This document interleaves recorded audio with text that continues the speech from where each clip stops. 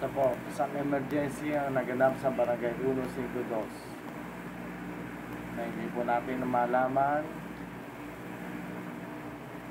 Meron po kayong makikita dyan na isang babae o dalawang babae na tumatakbo at ang isa na may hawak.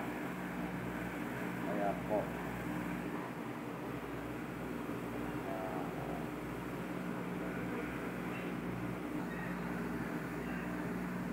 Ayan po sila. Tumatakbo po.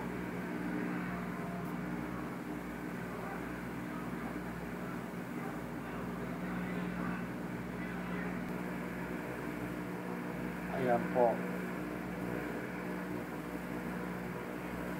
Makikita nyo, lumalabas sila sa kali ng G Perfecto Extension.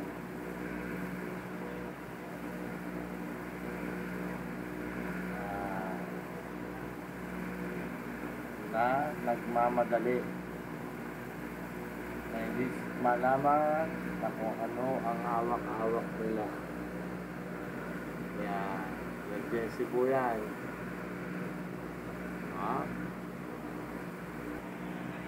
Nabuti na lang po na nandun ang driver ng tricycle ng Barangay 152 na si Mark Gorobat at ang tanod na si Lance Bunda.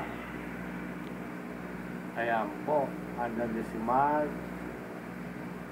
Andyan din po si Chairman Boy R. Nagawat Tenggit.